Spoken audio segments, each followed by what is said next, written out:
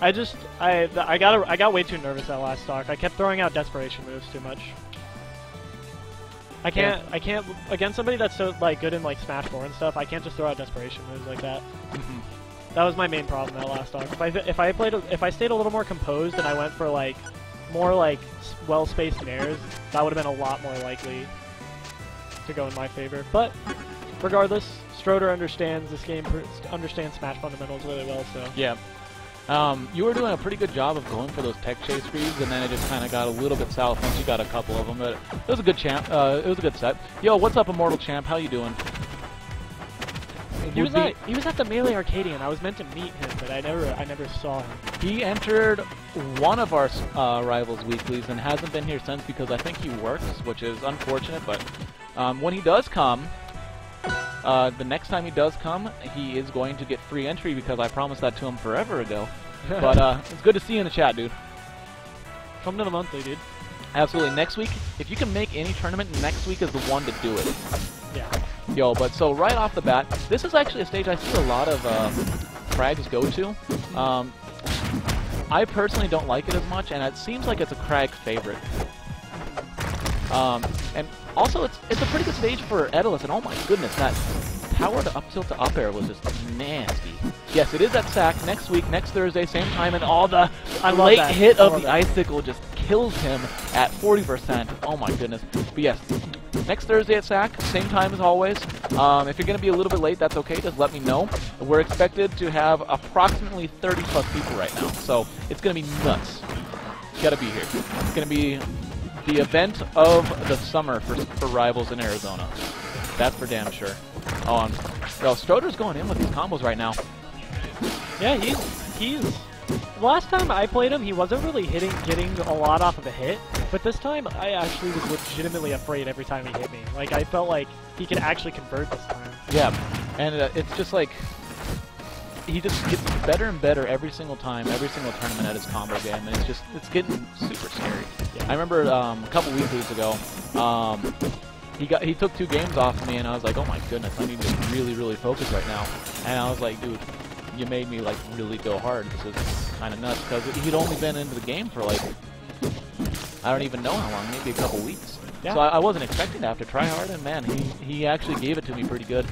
And Immortal Champ, you were supposed to meet Ash, Jacob Green. Me. Yes. And so Fatty's been utilizing the fair really well. It's something that actually pretty much destroys Etalus off stage. And then the down B on stage is a huge part of this matchup. And so that's one thing that if Stroder wants to reverse what happened in Winner's side, he needs to get around those 2 moves in particular. Yeah. I noticed Stroder, actually I tried to counterplay this a little bit when I played him. When he needs a kill, he loves to fish for Dacus. Yep. And if you play around if you know Etalus' sliding distance, then it's really easy to play around, honestly, but sometimes it'll just catch you that sliding. Yeah, you can SDI out of it, what you did over and over and over again, and almost won you that last game actually getting out of it. Yeah. Yeah, the Dacus is only good if you catch them off guard. Once you start using it 2 or 3 times, then it becomes a little bit more predictable. And then, like, up smash doesn't really connect into itself pretty easily because of how good Dacus can be. Also, I just want to tell the stream one thing before this next game goes on. The reason I went Etalus game 1 is I said, hey, you ready for Etalus Dittos and Losers Finals? And he said, no, I'm not doing Etalus Dittos. And I was confident that my Etalus would beat his secondary, so that then I would have counterpick advantage if he took game 2 and went Etalus Dittos. Oh, the deep-ass mind games. I had some deep mind games going, but he actually did Etalus Dittos game 1, and I lost the Etalus. Yeah, he looked really scary in that game. Nuts. Yo, but Fatty won that game. It was a lot closer than their winner set, though. So we're seeing Stroder make these necessary adjustments to kind of close this gap a little bit. Oh, that was a great air dodge into the fair. He knew that Fatty with that rock couldn't really do too much, especially at that angle. And actually, I'm going to cut myself off here because the chat's talking about Ori. Ori does look dope. Ori looks sick as hell. Yeah, Ori looks... I've said this before to everyone. Oh! He gets a dunk. Dude, it's not always the hardest thing to get, but it's one of the hypest things to get. Yep. But how I feel about Ori, I think the character looks fun to play, just like you said, looks really fun to play. which he looks obnoxious to, or he or she, I don't know. It's whatever you want it to be according to their official, like, Wikipedia or whatever. Well, then it looks annoying to fight against, though. It looks really obnoxious to fight against. But we'll see. Maybe when it comes along, it'll be vice versa. Who knows?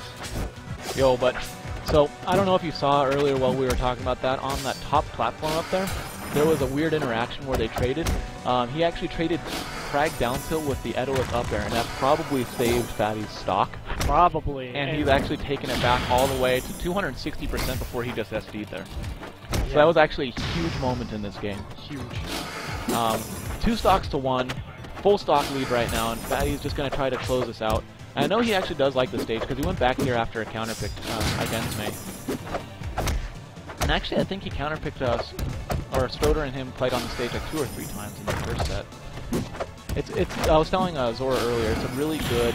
Oh, Stroder taking that early stock and close this gap in no time, and just like that, it's anyone's game. So Stroder just needs to get he's shown that his conversions have gotten a lot better. So he just needs to get a few clean hits, but Fatty is just beating him out in neutral, which is crazy to think when you think he's number 2 in Arizona in Smash 4. Yeah. He's beating him out in neutral. Well, the thing is that Kragg has the ability to beat Etalus out in neutral because of his moveset. And I said this earlier, but I'm pretty confident that Kragg does win this matchup. And it's a little bit more considerable than most other matchups in this game, just because of his ability to stuff approaches and stuff the recovery with 2 specific moves, like that right there. And Immortal Champ, to answer your question, yes, Gridlock's my teammate and like regular partner. Him and I did god awful at the Arcadian for doubles though, so we're not gonna talk about that. We did awful. All right, so Stroder switching over to the Pittsburgh Penguins Wrastor. I'm sure you approve. Oh yeah, absolutely. And these combos are actually looking fresh as hell. Let's go. Looking nice, but he doesn't really get too much out of it. He had a little bit out of it. Yeah, so the thing in this matchup, if you are the Wrastor, and oh my goodness, he is looking like Melee Marth right now. Getting out there. if you know the matchup with Wrastor wins this matchup pretty hard. However, if you don't know the matchup, Wrastor loses pretty hard. It's kind of like how badly Marth versus Sheik is at a low level in Melee. Yeah.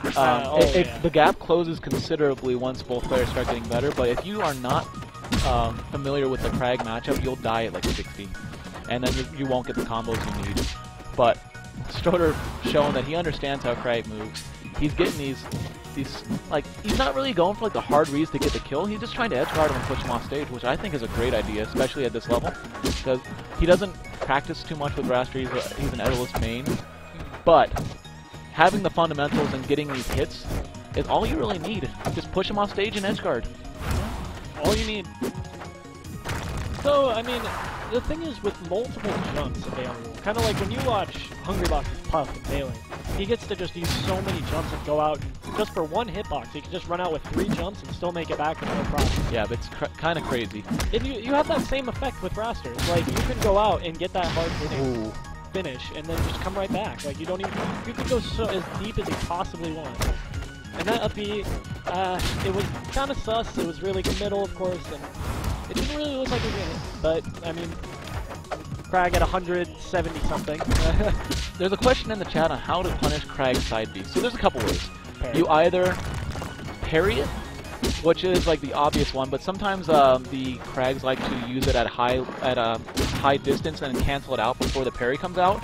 And if you do parry, then they'll punish you because their end lag is less than the parry end lag. Yeah. And so one of the best ways to actually stop that move from happening is waiting it out if it's aerial, or hitting it with a strong horizontal hitbox, like with Wrastor, for example. If you could get a strong hit of clap, it'll push him off stage, so that way he doesn't actually get on stage after he cancels it out. You know what I actually like to do? Granted, this requires very specific situational timing, but I actually sometimes like to jump over. Nice clap. Yeah, jumping over it's also a great option too. Some people say it's not really the best thing to do. It's not. But there's a little bit of end lag that you can punish after the side B. It's very slight because a lot of Kraggs actually like to parry immediately afterwards. Yeah. So you need to know the timing, but that's why I say it's situational. Yeah, the jump or the roll behind are decent options to pick as well. Yeah, jump. The reason why I use jump is I understand when Kragg can get out of it.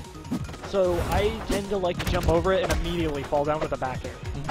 Or if he starts to like parry you and you don't know the timing that well, you could short hop and land and start jabbing, and if he parries your jab 1 or jab 2, then you get out of there. But there's a couple ways you can go about it, but it is a scary and weird move to get used to, that's for sure. Yo, but this is a last stock situation where Stroder and that down smash will take it. That Wrastor, though, was looking really good. I'm